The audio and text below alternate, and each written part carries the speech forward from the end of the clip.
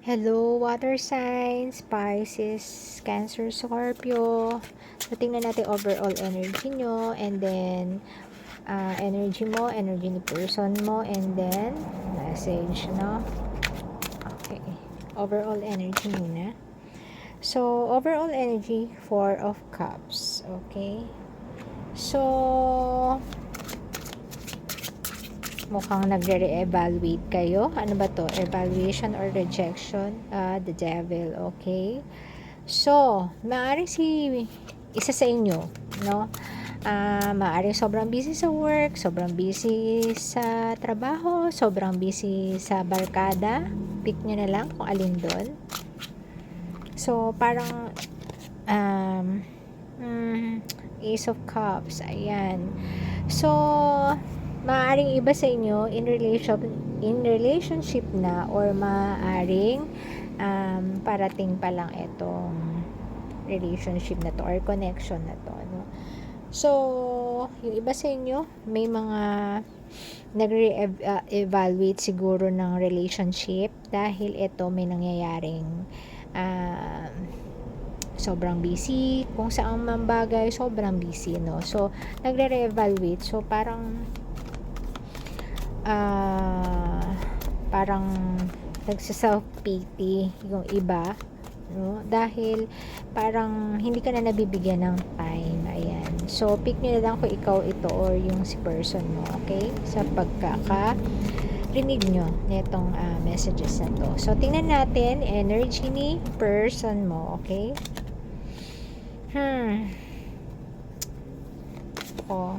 Ayan na naman. Kanina nag-read na ako, ha. Daming options. Bakit kaya? Maaring sa work naman, okay? Huwag mo na mag-isip. Baka naman sa work maraming options and open siya sa mga opportunities. Baka lang naman, 'di ba? Kaya sa mag-isip naman ng iba, okay?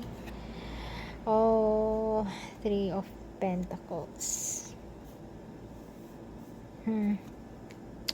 Okay. So, maaaring si person mo busy, nahihirapan mag-balance between sa kanyang sariling kasiyahan, no? Maaaring kung ikaw to or whatever, kung saan siya masaya, okay? Nahihirapan siya, merong mga peer pressure, maaaring to mga kasamahan nila sa work sobrang naiistorbo ka, lagi kang tinatawag, ganyan, okay?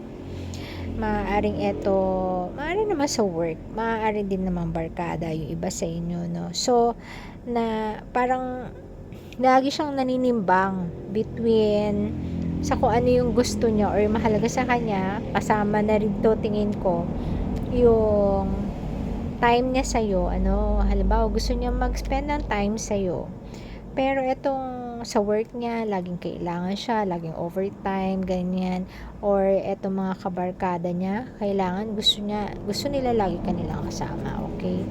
So, pick nyo na lang kung alin dun. So, energy mo naman, tingnan natin.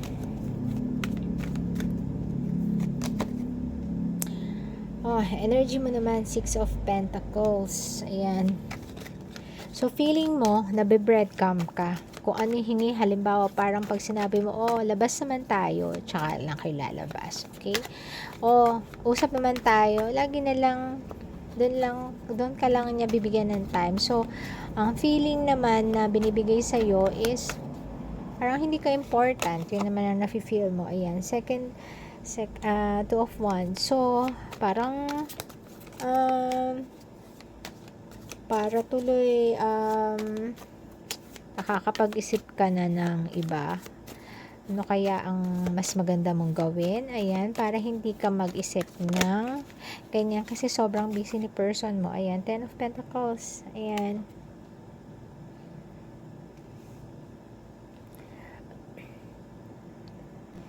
So, ayan, naguguluhan ka, Naguguluhan ka sa mga nararamdaman mo. Ayan. Kasi gusto mo ng relationship na lagi kayong magkasama, yung may commitment, ganyan. Pero itong current person mo, ganito naman. So, para kang nabe-breadcrumb, no? Para kang nag-iisip. So, parang, yung importance mo, hinahanap mo sa connection na ito. Pero, tong si person mo, parang nahihirapan siya, no? Nahihirapan siyang mamili lagi kung bibigyan kanya ng time or kailangan nasa work siya or with friends siya. Ayan. So, nahihirapan siya. So, tingnan natin ang message ninyo, no? King of Wands.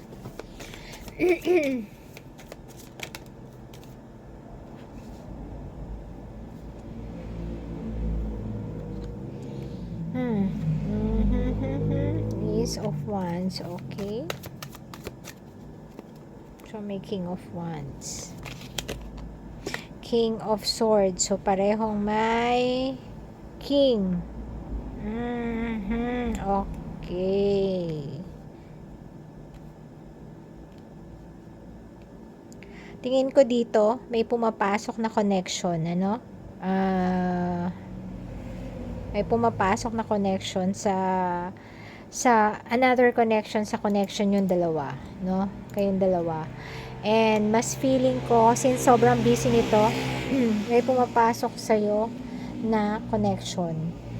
Isang very, ito, medyo yung energy niya, medyo, ito, isa, playful. Yung isa naman, parang namamatch niya yung level of intellect mo, ano?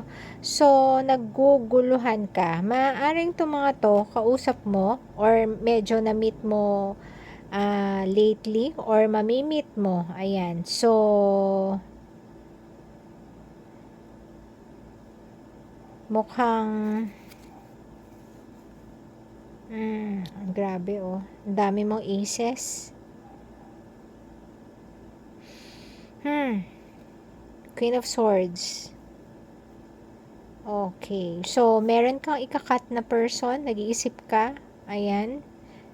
Kasi, ayaw mo nang nabe-breadcrumb ka. Yun ang nakikita ko dito. Hindi ka nabibigyan ng attention ng panahon.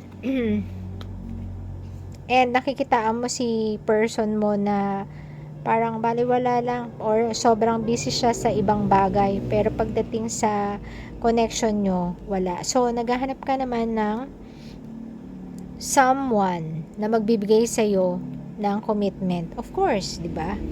Syempre naman, ayan.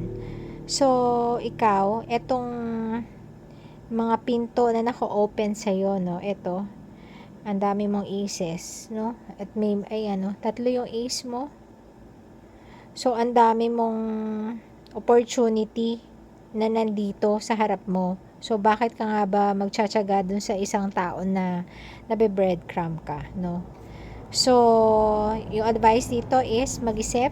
Ayan, Queen of Swords. So, isipin mo kung alin dito ang magbibigay ng gusto kasi at the end of the day, ikaw naman ang makaka-decide kung sino ang kung ano yung magpapasaya sa'yo and kung ano yung or sino yung talagang magpapasaya sa'yo. Okay? Kasi buhay mo yan eh. So, ano nga magagawa mo kung sobrang busy niya and hindi yun ang priorities na hinahanap mo ngayon. Ikaw kasi tinitingnan mo na kung ano yung tinitingnan mo na ngayon kung ano yung mga posibleng kahinatnan netong relationship na to. So, ang tingin mo sa kanya, parang hindi mo siya kinakakitaan ng ganito. So, ayan. So, itong mga persons na to, ito yung mga qualities na gusto mo, maaari. So, nahahati yung isip mo sa mga bagong offer sa'yo, no? Yung isa, ano bang mas gusto mo? Ano? Yung parang masaya nga, ayan. Masaya, ito, masaya. Very, medyo may pagka-fire yung kanyang offer sa iyo, mainit ang binibigay sa iyo na parang offer na pagsasama, ayan. Medyo ganun siya. Eto naman, bagong connection to ha, bago. Eto si person mo. So, eto naman yung isa sa ka-level mo ng intellect, eto naman. So, pinag-iisipan mo ngayon kung sino ang mag-o-offer sa'yo ng permanent na relationship or mag-o-offer sa'yo ng commitment and kung saan ka magiging masaya. Ayan. So, good luck sa pag-a-assess. So, ayun muna. Water signs, and hanggang sa susunod po na reading. Thank you and God bless.